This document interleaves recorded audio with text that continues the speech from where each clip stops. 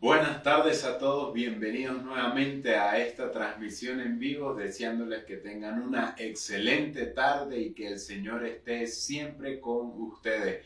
Nuevamente agradecemos a todos ustedes por estar en sintonía y viendo este video donde estaremos tratando un tema que está sucediendo actualmente, donde muchas personas cuando escuchan en cierto sentido la palabra de guerra, se acuerdan de las palabras del Señor Jesucristo, donde Él dice, oiréis de guerra y rumores de guerra. Y sabemos que no podemos escaparnos de lo que está aconteciendo actualmente. Y es por eso que el día de hoy tenemos nuevamente aquí con nosotros a mi hermano Kevin Canelón, donde estaremos hablando acerca de este tema. Empezando, Kevin, sabemos ya las palabras de nuestro Señor Jesucristo y sabemos por qué se da este tema justamente por Rusia y Ucrania, y quisiera saber más o menos de dónde surge este conflicto y por qué vienen también, si las palabras del Señor pueden aplicar también para este contexto actual. Ya. En cuanto a el conflicto entre Rusia y Ucrania es un conflicto un poco complejo. Alexis, muy buenas tardes tengan todos, ya que hay intereses geopolíticos en juego en este lugar. Si analizamos, si vamos un poco al pasado, sabremos que Ucrania en cierto tiempo fue parte de Rusia, incluso Kiev era la capital del antiguo imperio ruso. Estamos hablando de cuando los zares, antes de la revolución bolchevique. Posteriormente vino la Unión Soviética, ¿sí? La Unión de Naciones Soviéticas, y Ucrania quedó nuevamente anexada a este imperio o a esta Unión de Naciones. Sin embargo, cuando se disuelve la antigua Unión Soviética por allá en los 90, Ucrania quedó aparte, pues, entre otras naciones pertenecientes a la Unión Soviética que se separaron. Sin embargo, ya la ideología dentro de gran parte de los ucranianos era rusa, incluso su idioma es ruso. Entonces, aunque es una nación un poco nueva, su idiosincrasia está muy ligada a Rusia. Así que dentro del mismo país hay personas que desean volver a ser rusos. Estos son los llamados prorrusos. Entonces, por allá por el 2014, Rusia se anexionó Crimea, que era una península perteneciente a Ucrania, y posteriormente explotaron conflictos en dos nuevas ciudades que se autoproclamaron independientes y quieren anexionarse a Rusia. Entonces por eso comienza todo este conflicto. Desde el 2014 hasta ahora se habla de que hay aproximadamente unos 200.000 muertos, y en la actualidad, o sea, hace unos días atrás, unas semanas atrás, nos enteramos, ya había habido aviso por parte del gobierno de Joe Biden de que Rusia tenía pensado entrar a Ucrania. Entonces, días atrás ya ingresaron y comenzó ya la escalada bélica. Los ucranianos quieren unirse a la OTAN, que es la Organización del Tratado del Atlántico Norte. La OTAN lo que se encarga es de que todos los países miembros, si alguien los ataca, ellos interfieren o intervienen. Pero como Ucrania aún no pertenece a la OTAN, por eso es que ningún país de Europa o de Estados Unidos, en este caso, que también es perteneciente a la OTAN, ha ingresado. Entonces hay un conflicto por idiosincrasia, también tiene que ver con intereses económicos. A través de Rusia pasa un canal de gas o un túnel de gas que le genera millones y millones de dólares a Ucrania cada día. Entonces, hay varias versiones. Si tú vas a la versión de Putin y el gobierno ruso, es que a los rusos y a los prorrusos en estos países que se autoproclamaron, en la región de Donbass, están asesinándolos solamente por ser rusos, una especie de neonazi, le llaman a este caso al presidente Volodymyr. Y en el caso de Ucrania dice que, bueno, en este caso Rusia está tratando de anexionarse sus estados y no permitir la independencia completa de Ucrania, porque aunque Ucrania es un país, una nación independiente, Rusia quiere prohibirle a los países alrededores anexionarse a los países del este, en este caso de Europa del Este y de la OTAN. Ahora, todo esto es para saber de dónde procede el conflicto. Sin embargo, si nosotros vamos a Santiago, capítulo 4, versículos 1 al 3, nos habla de dónde proceden realmente los conflictos. Te invitaré a que lo leas conmigo, Santiago capítulo 4, versos 1 al 3. dice que las guerras y los conflictos provienen de nuestras pasiones, es decir, de nuestros propios deseos. ¿Lo tienes? Sí. Léelo, por favor. ¿De dónde vienen las guerras y los pleitos entre vosotros? ¿No es de vuestras pasiones las cuales combaten en vuestros miembros? Codiciáis y no tenéis, matáis y ardéis de envidia y no podéis alcanzar, combatís y lucháis, pero no tenéis lo que deseáis porque no pedís. Pedís y no recibís, porque pedís mal para gastar en vuestros deleites. Amén. Entonces podemos ver que las mismas escrituras nos hablan de dónde provienen realmente estas guerras, de nuestros deseos, de nuestras pasiones bajas, que quieren cosas que a veces van en contra de nuestros hermanos, que a veces van en contra de los demás, y es por eso que surgen las guerras y las pasiones y los conflictos, perdón. Entonces vemos que hay un principio bíblico y es que el hombre, en su afán de tener lo que quiere, no le importa pisotear a los demás, llámese Vladimir Putin o Volodymyr, cualquiera de los dos, ¿sí? El punto es que la guerra proviene de dentro de los hombres y es expresada al tener tanto poder, enviar a las personas a la guerra. Entonces, tenemos las dos ideas de dónde proviene el conflicto. Proviene un conflicto nacional, viene un conflicto que ya, o sea, no se traslada ahorita ni al 2014, viene ya de siglos anteriores, en cuanto Ucrania perteneció en su momento a la antigua Unión Soviética o a la antigua Rusia, pero realmente proviene principalmente de los malos deseos, de las pasiones de las personas. Es interesante que tanto Ucrania como Rusia son países mayoritariamente cristianos. En Rusia y Ucrania la religión rusa ortodoxa es la que predomina. Entonces es interesante porque los ucranianos están pidiendo para el cese a la guerra, igual que muchos rusos están pidiendo el cese a la guerra. Entonces debemos tener mucho cuidado de caer en un partidismo en uno de estos países, que uno es más malo que el otro, o generalizar, no, todos los rusos son malos, porque realmente hay rusos cristianos y rusos bondadosos que no están de acuerdo, como lo mismo en el caso de Ucrania. Realmente estas guerras, estos conflictos provienen de las pasiones o de los malos deseos, de la avaricia, de la egolatría de cada uno de los líderes de estos países.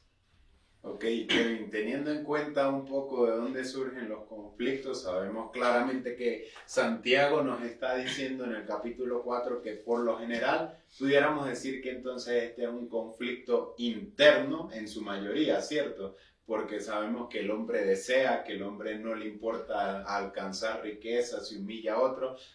Como hemos hablado de estos temas, pues hay consecuencias de una caída, ¿no? A causa de los pensamientos internos y de la maldad que a veces los hombres tienen.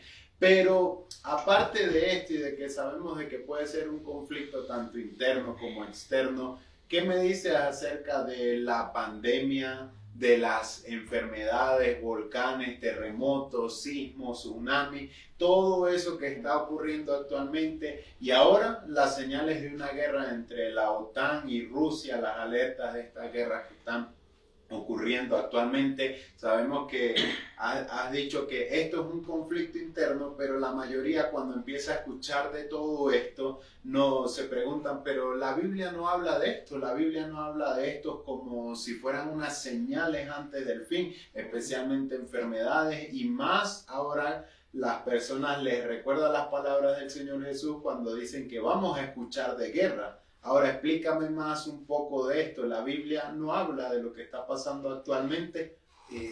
Bueno, Alexi, básicamente las personas, por lo general los escatológicos, ¿sí? La escatología es el estudio de los últimos tiempos. Hay muchas personas así escatológicas que están pendientes de una cuestión apocalíptica, y cada vez que ocurre un gran evento cataclísmico, ya sea una guerra, ya sea una enfermedad, ya sean terremotos, volcanes, ellos buscan allí señales del fin de los tiempos. Y sí, ciertamente, aunque este conflicto actualmente está entre Rusia y Ucrania, como te dije, la OTAN aún no puede intervenir, es un conflicto que puede escalar grandemente a cuestiones mundiales. Ciertamente la Primera Guerra Mundial fue por la muerte de un archiduque, la Segunda Guerra Mundial fue porque Alemania se sintió humillada por el Tratado de Versalles, y comenzaron estos conflictos. La peste bubónica comenzó en una región de Europa y se extendió al mundo, la peste negra, la gripe española. Entonces, aunque son cuestiones que comienzan en un lugar, tienen repercusión. Ahora, este conflicto entre Ucrania y Rusia pudiera tener escalada global si la OTAN interviene. Rusia se vería amparada por China o por Corea del Norte y realmente sería una cuestión catastrófica. La misma Rusia dice que ellos no pueden ganar una guerra contra la OTAN, o sea, reconocen el poderío de la OTAN. Sin embargo, 3 ojivas nucleares y acaban con la vida en el mundo. Entonces, no es algo de lo que las personas quieran, los líderes mundiales quieran arriesgarse. Ahora bien, como te decía, las personas en cada uno de estos eventos siempre está viendo la parucía, es decir, la segunda venida del Señor, está viendo cuestiones escatológicas y se basan en la Biblia. Dicen, mira, está escrito en la Biblia y comienzas a ver todas estas imágenes y verán que la Biblia no es una historia y tanta cosa. Realmente, ciertamente la Biblia habla de que vendrán este tipo de cuestiones, pero la misma Biblia es clara de que estas no serán señales del fin. Para esto me gustaría que los que estén en el Zoom, en el Facebook, perdón, tengan a sus manos su Biblia abierta en Mateo capítulo 24, ya que de aquí es donde se desprende esta idea de las señales del fin. De la misma manera, les pido que tengan a mano o escrito allí Marcos 13 y Lucas 21, porque los 3 textos van de la mano. Tanto Marcos, Mateo y Lucas son los conocidos evangelios sinópticos que tienen mucha relevancia y casi todo lo que está escrito en ellos se conecta, ¿sí? Lo que uno no dice, el otro lo refuerza y de esa manera podemos comprender mejor lo dicho en este libro. Entonces, realmente las palabras de Jesús de oiréis guerra y rumores de guerra se encuentran luego de que los discípulos le dicen a Jesús, Jesús le dice, acaba de decirle a Jerusalén que quiso tenerlo entre sus brazos como la gallina, sus polluelos, entre sus alas, en Mateo 23. Y en Mateo 24 los discípulos se acercan y le dicen, oh, maestro, mira qué grande está este templo, mira las piedras, mira las joyas, mira la puerta de bronce. Sí, claro, no dicen con esta palabra, pero el punto es que estaban exaltando la majestuosidad del templo. El templo que construyó Herodes tardó más de 50 años en hacerse y se dice que era contado entre las 7 maravillas del mundo. Sin embargo, ¿Jesús qué le dice? Jesús le dice, no quedará, dice, veis todo esto en Mateo 24:2, no quedará piedra sobre piedra que no sea derribada. Entonces Jesús predice en este momento la destrucción total del templo de Jerusalén. Y en el versículo 3 dice que estaban sentados en el monte de los olivos y se acercaron sus discípulos. Marcos 3 nos aclara que estos discípulos eran Pedro, Jacobo, Juan y Andrés, que se acercaron a Jesús y le preguntaron, Señor, ¿cuándo será esto? Sin embargo, ellos hacen 3 preguntas, Alexis. Está en Mateo 24:3. Dice, ¿cuándo serán estas cosas? Es decir, la destrucción del templo. ¿Y qué señal habrá de tu venida y del fin del siglo? La cuestión es que los judíos conectaron la destrucción total del templo con el fin del mundo. ¿Por qué? Para ellos, si el templo iba a ser destruido, porque este mundo iba a acabar. Hasta allí iba a llegar. Ya no iba a existir más esta creación. Pero dice, ¿cuál será la señal de estas cosas? ¿Y qué señal habrá de tu venida? Es decir, ya tu venida con poder, o lo que diríamos nosotros, tu parucía, tu segunda venida, y del fin del siglo. Entonces ellos conectan destrucción del templo con la segunda venida y con el fin del mundo, básicamente. Y la respuesta de Jesús es interesante porque tanto en Mateo como en Marcos como en Lucas dice, miren que nadie os engañe. En Marcos 13:5 dice, mire que nadie os engañe. Y en Lucas 21:8 dice, mire que no seas engañado. En los 3 le dice las mismas cosas. Miren, estén atentos, estén vigilantes para no ser engañados. Este es aquí el primer punto que debemos tener en cuenta. Cuando estamos esperando la segunda venida de manera expectante, que estamos de manera excitada, se podría decir, pendiente de cada señal que ocurre. Mira, llegó el coronavirus en el 2019 y algunos inmediatamente tocaron, es el fin del mundo. Se prendieron las alarmas entre Irak y Estados Unidos el año pasado, Tercera Guerra Mundial, fin del mundo.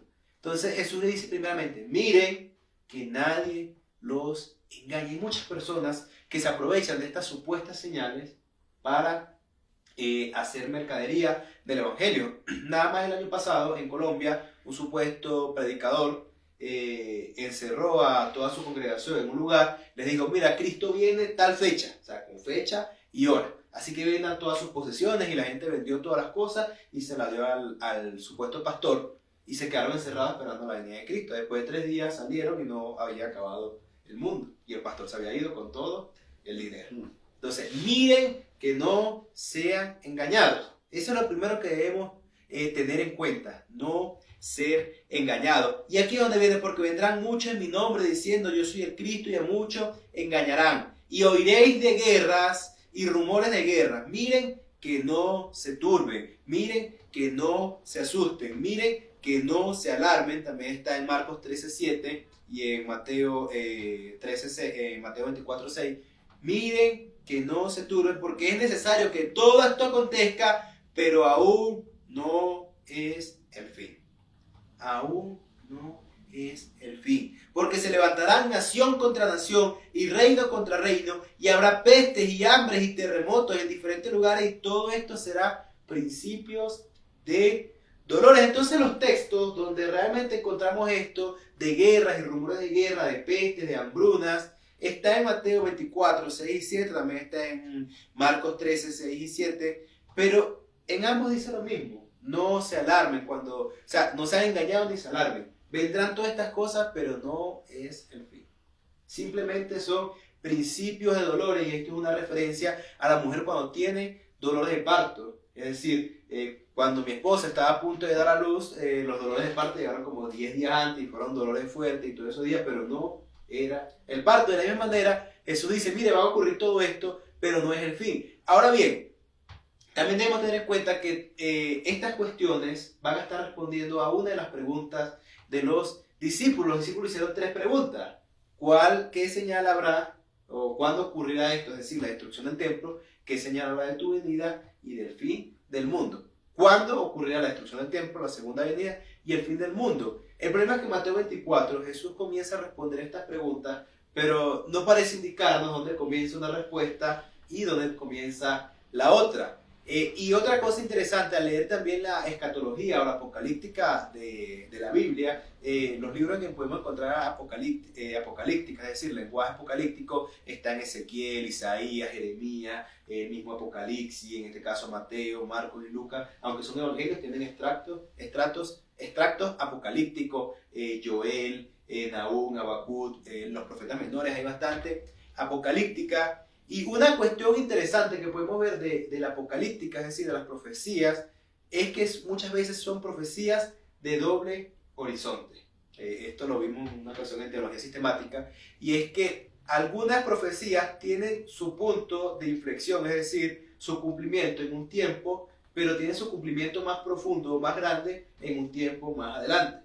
¿Sí? Es como cuando vemos en Joel las profecías del fin del tiempo. Parte de ellas se cumplieron en tiempos de Joel, pero otras partes se cumplieron en tiempos de Jesús. Entonces es importante comprender esto. 1, Jesús está respondiendo 3 preguntas. Y 2, algunas cuestiones que aplican a la destrucción del templo y por ende a la destrucción de Jerusalén que ocurrió en el 70 después de Cristo, van aplicando también al fin del mundo. Sin embargo, lo que nos aclara estos 2 textos es que estas señales no son el fin. Dice, vendrán guerras, rumores de guerras y hambre y peste, pero no es el fin.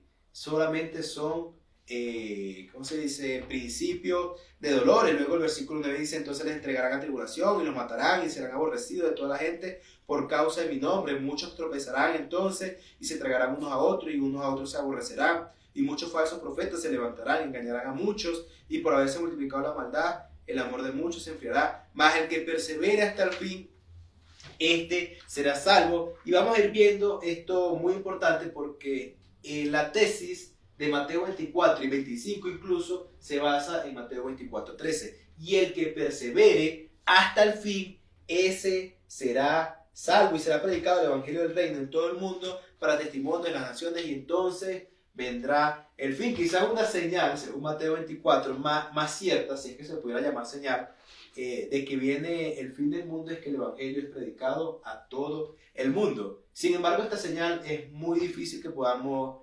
interpretarla o reconocerla, porque ¿cómo saber cuándo el evangelio ha sido predicado a todas las personas del mundo? No lo sabremos, porque cada vez nacen otras personas. a las que no se le ha predicado. Entonces vendrá el fin cuando el evangelio sea predicado a todas las naciones. Y aquí es interesante porque en los textos que vienen a continuación se responde que esta primera respuesta, se responde en redundancia, se nos muestra que esta primera respuesta de Jesús está más basada en la destrucción del templo. El versículo 15 dice: por tanto, cuando veáis en el lugar santo la abominación desoladora de la que habló el profeta Daniel, el que le entienda, entonces los que estén en Judea huyan a los montes, el que esté en la azotea no descienda para tomar algo a su casa, y el que esté en el campo no vuelva atrás para tomar su capa. Mas hay de las que estén encintas y de las que críen en aquellos días. Oren pues que vuestra huida no sea en invierno ni en día de reposo, porque habrá entonces gran tribulación, cual no la ha habido desde el principio del mundo hasta ahora, ni la habrá. Entonces vemos que es algo más centralizado, o al menos esta primera parte está hablando más centralmente de lo que iba a ocurrir al templo y por ende a Jerusalén. Entonces lo que está hablando el Señor Jesús se pudiera decir, él claramente ya vemos en los paralelos que dice que no es el fin de los tiempos, ¿no?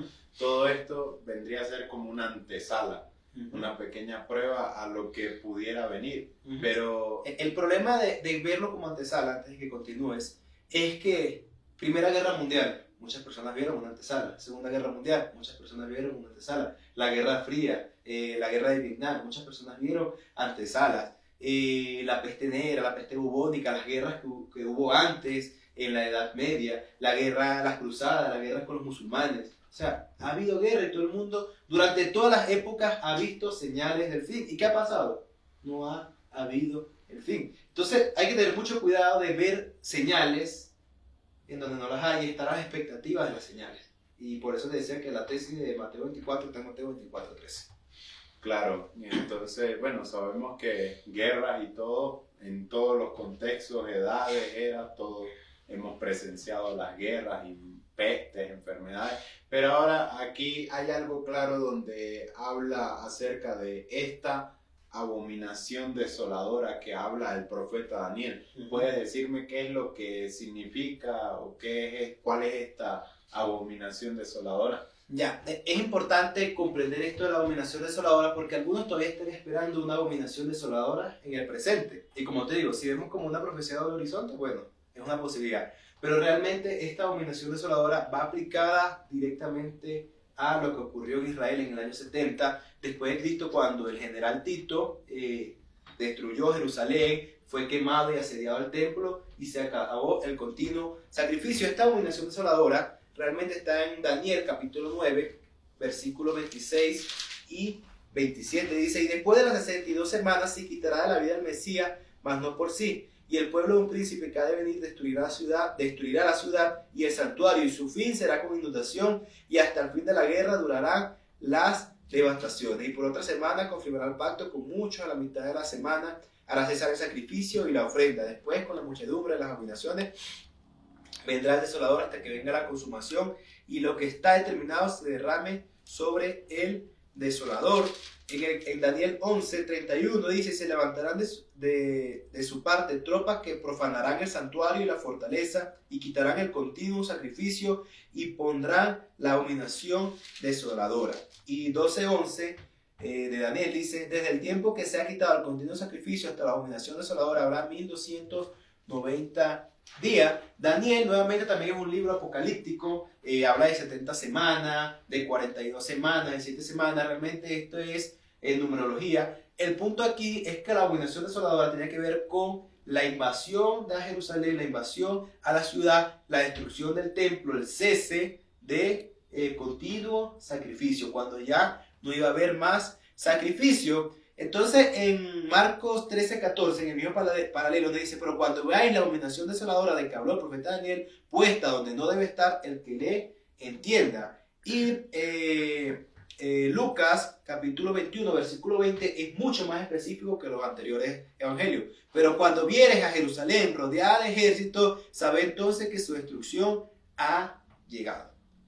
Lucas 21:20 está diciendo exactamente lo mismo, pero en lugar de decir la abominación desoladora, les dice claramente que es cuando vean a Jerusalén rodeadas de ejércitos. Entonces, Esto ocurrió en el 70, Jerusalén fue rodeada, fue sitiada, y por eso la advertencia que dice: los que estén en las montañas huyan, no vuelvan, los que estén en Judea huyan, no vayan a buscar nada, váyanse, los que estén en las montañas váyanse, el que esté en la azotea no entre a la casa a buscar nada, váyase. Pobre de las que estén en cinta y las que estén amamantando o criando, porque será difícil la huida, y si es invierno peor, porque allá cae nieve, se enloda, los ríos aumentan sus caudales.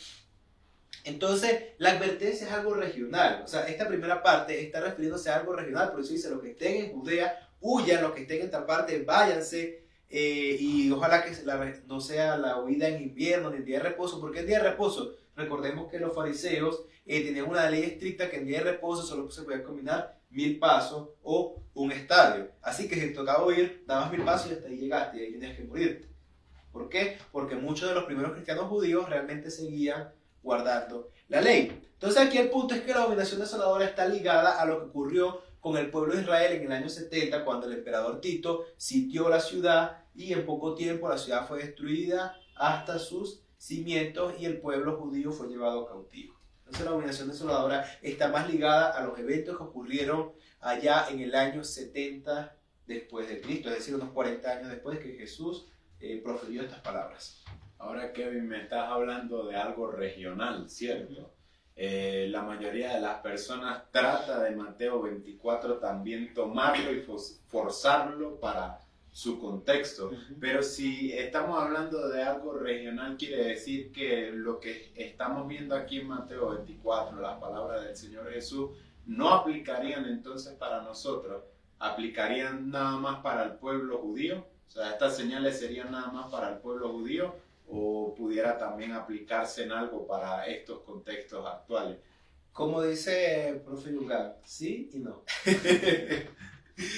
Realmente, la primera sección, por eso te digo, hay 3 preguntas respondiéndose, y hasta ahora se ha estado hablando más de lo que iba a ocurrir a Jerusalén. Se está hablando de algo regional. Así que esta primera sección, de guerra, de rumores de guerra, pero no es el fin, hace más referencia a Jerusalén. Y realmente hubo guerras y rumores de guerras antes de la invasión a Jerusalén. Incluso hubo un año que estuvieron 4 emperadores matándose, por así decirlo, en Roma, hasta que llegó Vespasiano y calmó las revueltas en Roma. Pero todo esto afectaba también a Jerusalén y ellos podían enterarse. Y el punto aquí para los cristianos, porque Mateo 24 está hablando también a los cristianos judíos del tiempo de Jesús, directamente a los 4 que les preguntaron, pero para los 12, es: vean, Dios ha liberado a Jerusalén durante la historia, los ha liberado, los ha liberado, los ha liberado. Sin embargo, esta próxima cuestión que va a venir sobre Jerusalén, no va a haber liberación. No esperen que Dios libere a Jerusalén. El juicio está decretado. Jerusalén va a ser destruida por los gentiles. Lucas en 20-24 dice que harán afilada espada y serán llevados cautivos a todas las naciones. Jerusalén será hollada por los gentiles hasta que los tiempos de los gentiles se cumplan. Entonces, el punto era que los judíos cristianos no tuvieran una falsa expectativa de que el Señor iba a librar a Jerusalén, sino: usted es cristiano, huya. ¿Por qué? Porque Jerusalén no va a ser destruida. Y si alguna vez leen antigüedades y guerras de los judíos, podemos ver lo que ocurrió en Jerusalén. Más de 1 millón de personas fueron muertas allí, cayó en canibalismo. Josefo nos cuenta de una mujer que se comió a su propio hijo. Habla de que las personas cuando huían se tragaban sus tesoros, es decir, las monedas de oro, y cuando salían les abrían las tripas para sacarle estas monedas de oro. Y así, o sea, la cuestión fue horrible, y por eso la descripción gráfica dice que lo que va a ocurrir no ha pasado jamás ni pasará, o sea, de lo grave que fue. Entonces era una advertencia a los cristianos judíos, a los que creían en Cristo, de que cuando vieran todas estas señales, no buscaran encerrarse en Jerusalén, porque Jerusalén iba a ser destruida. Huyan, huyan. Sin embargo, más adelante, en Mateo 24, versículo 29, ya nos habla más acerca de la segunda venida. Entonces, como te dije, hay profecías de doble horizonte. Hay cosas de la venida o de la destrucción de Jerusalén que pueden aplicarse a su segunda venida. Sin embargo, las guerras y rumores de guerras, las pestes y la hambruna, Mateo 24 nunca dice que son señales del fin, dice, pero no es el fin. Entonces, eso es lo más importante. En Mateo 24:29 dice: inmediatamente después de la tribulación de aquellos días, el sol se oscurecerá y la luna no dará su resplandor y las estrellas caerán del cielo. Entonces aquí sí va más una respuesta para nosotros, ¿sí? Entonces dice: y las estrellas caerán del cielo, las potencias de los cielos serán conmovidas. Entonces aparecerá la señal del Hijo del Hombre en el cielo, y entonces lamentarán todas las tribus de la tierra. En versión de la Biblia latinoamericana dice: y todas las tribus se golpearán el pecho. En otra versión dice: y todas las tribus harán duelo. La palabra lamentar, quizás en nuestro tiempo ha adquirido nueva connotación. Lamentar significaba como que de pronto, el lamento no haber ido. Pero lamentar en aquellos tiempos significaba algo que no tenía solución. Es diferente a entristecerse, porque no te puedes entristecer por algo, pero de pronto lo puedes hacer. En cambio, cuando hablamos de lamentar, no es algo ya sin solución. La gente que lamentaba era cuando perdía a un familiar.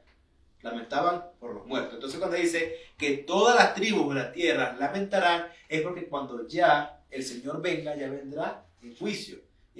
Recordaba una amiga que decía: yo me bautizaré cuando vea así la pierna del Señor asomándose en la nube, ahí me bautizo. El problema es que la venida del Señor no será así. La venida del Señor es cuando venga ya, todos lamentarán. Por lo general, en la palabra las tribus de la tierra, o en Apocalipsis, los moradores de la tierra, o en el Pentateuco, las personas de la tierra, los moradores de la tierra, siempre hace referencia a los enemigos de Dios, a las personas que no han querido hacer la voluntad de Dios. Entonces cuando dice lamentarán todas las tribus de la tierra, se refiere a todos aquellos que no aceptaron a Dios. Dice: y verán al Hijo del Hombre viniendo sobre las nubes del cielo con poder y gran gloria. 1 Corintios 15, versículo 51 en adelante, nos dice que en un abrir y cerrar de ojos. En 1 Tesalonicenses, 2 Tesalonicenses también nos habla de la venida y que será así un abrir y cerrar de ojos. Y enviará a sus ángeles con gran voz de trompeta y juntará a sus escogidos. Y más adelante dice que las señales serán así, dice: pero el día y la hora, versículo 36, nadie lo sabe, ni aún los ángeles de los cielos, sino solo mi Padre. El día y la hora del fin del mundo, de la segunda venida e incluso la destrucción de Jerusalén, o sea, ya la sabemos porque pasó, pero nadie la sabía, nadie podía saber el día ni la hora, solamente el Padre. Y dice: mas como en los días de Noé, así será la venida del Hijo del Hombre. Porque como en los días de Noé, antes del diluvio, estaban comiendo y bebiendo, casándose y dándose en casamiento desde el día que Noé entró en el arca, y no entendieron hasta que vino el diluvio y se los llevó a todos. Así será también la venida del Hijo del Hombre. Entonces estarán dos en el campo, el uno será tomado y el otro será dejado. Dos mujeres estarán muriendo en un molino, la una será tomada y la otra será dejada. Velen pues, porque no saben a qué hora ha de venir su Señor. Pero sepan que si el padre de familia supiera a qué hora el ladrón habría de venir, velaría y no dejaría minar su casa. Por tanto, también ustedes estén preparados, porque el Hijo del Hombre vendrá a la hora que no piensen. ¿Quién es pues el siervo fiel y prudente, el cual puso a su Señor sobre su casa para que les dé el alimento a tiempo? Bienaventurado aquel siervo, el cual, cuando su Señor venga, le haya siendo así. De cierto os digo que sobre todas sus bienes lo pondrá. Pero si aquel siervo malo dijera en su corazón: mi Señor tarda en venir, y comenzará a golpear a sus consiervos y aún a comer y a beber con los borrachos, vendrá el Señor de aquel siervo el día en que éste no espere y a la hora que no sabe, y lo castigará duramente y pondrá su parte con los hipócritas. Allí será el lloro y el crujir de dientes. Vemos lo interesante, que ahora cuando Jesús ya se está refiriendo directamente a su segunda venida y al fin del mundo, no habla de señales, dice: será como en los días de Noé. La gente vivirá tranquilamente, la gente no esperará, no estará en una espera expectante de: mira, hay la guerra entre Rusia y Ucrania. No, la gente estará tranquila, casándose y dándose casamiento, viviendo una vida normal, comiendo y bebiendo, viviendo una vida normal. Dice el ejemplo que unos estarán durmiendo y uno será llevado y el otro quedará. Dice el otro ejemplo que unos que estarán muriendo y uno será llevado y el otro se irá. Dice: el padre de familia no sabe a qué hora viene el ladrón. Jamás un ladrón te llama: Alexis, ¿vas a estar ocupado a las 10? Voy a esa hora a tu casa a robarte. No, los ladrones no avisan. Y la venida del Señor será de la misma manera, sin aviso. Y nos coloca el ejemplo del siervo fiel y prudente, que si hace lo que era la voluntad de Dios, el Señor lo pondrá sobre todas sus cosas. Pero si no está velando, el Señor lo echará donde es el lloro y el crujir de dientes. En Marcos dice, mirad, velad y orad. Estad mirando, vigilante, velando, atento y orando al Señor. Entonces, el mensaje para cada uno de los cristianos es: el que persevere hasta el fin, ese será salvo. En Mateo 25 vemos la parábola de las 10 vírgenes, la parábola de los talentos, vemos el juicio de las naciones, las ovejas y los cabritos. Y lo que vamos viendo en cada uno de estos contextos es, uno, debemos estar firmes, perseverar, estar atentos, soportando. Ese es el mensaje para todos nosotros, independientemente de que haya o no haya señales. Porque si solamente estamos pendientes por las señales, cuando estaba pequeño, cuando me imaginaba que venía mi mamá, comenzaba a acomodar la casa. Y cuando veía que no era, dejaba de acomodar la casa. Y muchas veces las personas son así, están pendientes de la señal, hay guerra entre Rusia y Ucrania, sí, ahora sí me voy a acercar a Dios. Pasó la guerra, se vuelven a olvidar de Dios. Entonces el mensaje no es estar con una vista expectante a cada señal, sino estar perseverando, de manera que si viene una guerra y se acaba el mundo o me muero, yo estaba perseverando hasta el fin.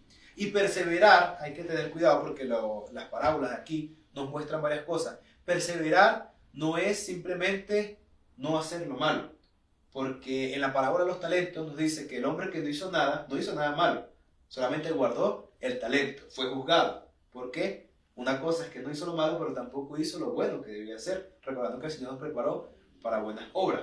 En la parábola de juicio de las naciones, entre los cabritos que son arrojados a la izquierda y las ovejas a la derecha, ¿qué dice? Ustedes me vieron con hambre, me vistieron, me dieron de comer, me vieron sin ropa y me vistieron, me vieron en la cárcel y me visitaron. O sea, hicieron. No es como los monjes retirarnos y como no estoy haciendo nada malo, ya soy agradable a Dios. No, la espera a Dios es estar activamente trabajando. No es lo que estamos haciendo, sino cómo lo estamos haciendo para el Señor. Cada área de nuestra vida estamos esperando a Dios, estamos perseverando en su palabra, perseverando en su gracia, perseverando en el amor. Ese es el mensaje: el que persevere hasta el fin será salvo. Entonces el mensaje para nosotros no es estar atento a las guerras y lo que ocurre. Está bien para hacer que las personas vuelvan a Cristo, pero también enseñarles que no es por temor, sino por amor. Porque si buscan a Dios solo por temor, realmente cuando pasa el miedo, se apartan. La idea es invitarlos a seguir a Cristo por amor, a buscar a Cristo por amor y perseverar hasta el fin. Creo que, Kevin, este es un punto donde podemos reflexionar, ¿cierto? Porque especialmente, bueno, a mí me pasa cuando leo Mateo 24 o cuando leo acerca de las señales del fin, pues me imagino todo y me impacta bastante.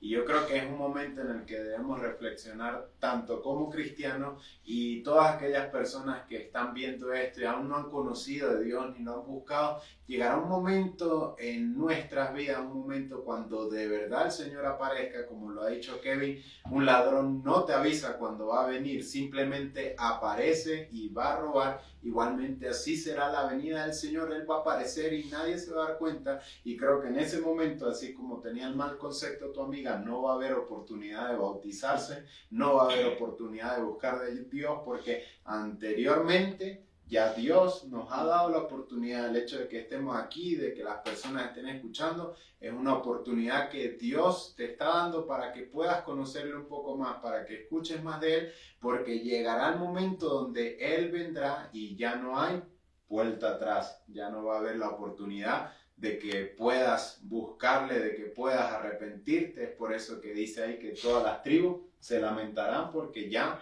no hay más nada que hacer. Les recordamos también, todas las personas que están viendo, por favor dejen sus preguntas, dejen sus comentarios, no olviden suscribirse también a la página de Facebook y también dar sugerencias si quieren que hablemos todos los viernes acerca de un tema para que a ustedes les parezca interesante o tengan alguna pregunta.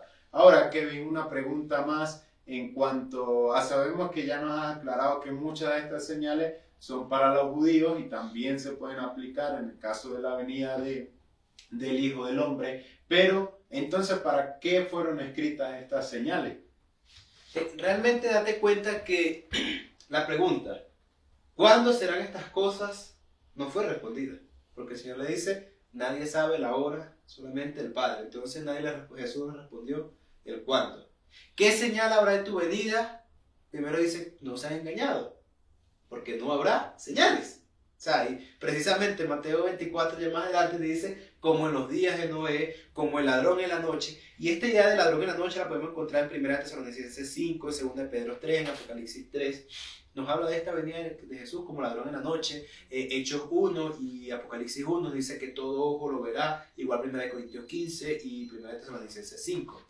Entonces, realmente Jesús, más en su amor, los discípulos muchas veces hacían preguntas tontas y el Señor a veces les respondía duramente. Por ejemplo, cuando Jesús le dice, cuídense de la levadura de los fariseos, y ellos pensaban que se refería a la comida, y Jesús le dice, no me refiero a la comida, no, o sea, no sean ignorantes, me refiero a la enseñanza. Y en otras ocasiones como que tenía misericordia y compasión de ellos, y como que de su ignorancia. Entonces en este caso que le preguntan, ¿cuándo serán estas cosas? Realmente no le respondió ni cuándo será, ni qué señales habrá. Incluso en el versículo 30 de Mateo 24 dice, entonces aparecerá la señal del Hijo del Hombre en el cielo. Y todo el mundo pregunta, ¿y cuál será esta señal? Bueno, Marcos 13:26, en el mismo contexto dice directamente, verán al Hijo del Hombre. O sea, la señal es el mismo hombre viniendo. Lucas también nos dice en el 21:27, entonces verán al Hijo del Hombre que vendrá en una nube con poder y gran gloria. Entonces, la señal misma será la venida. Y ya en ese momento ya no hay oportunidad de arrepentirse, ya no hay oportunidad de hacer nada. Entonces importan solamente, por así decirlo, importa que estemos perseverando. La importancia para nosotros es saber, mira, habrá guerra, habrá peste, habrá catástrofe, habrá lo que sea, pero usted debe estar perseverando hasta el fin. Como hemos hablado aquí anteriormente, las personas debemos comprender el Evangelio, obedecerlo mediante el bautismo, arrepentirnos, confesar a Dios, nos bautizamos y perseverar hasta el fin. No perseverar un ratico, no perseverar 3 años y apartarnos, como dijo en alguna vez Javier Bertucci, que decía, bueno, Dios no es injusto, como Judas le sirvió un tiempo, entonces Dios recompensa el tiempo que sirvió. No, no es así.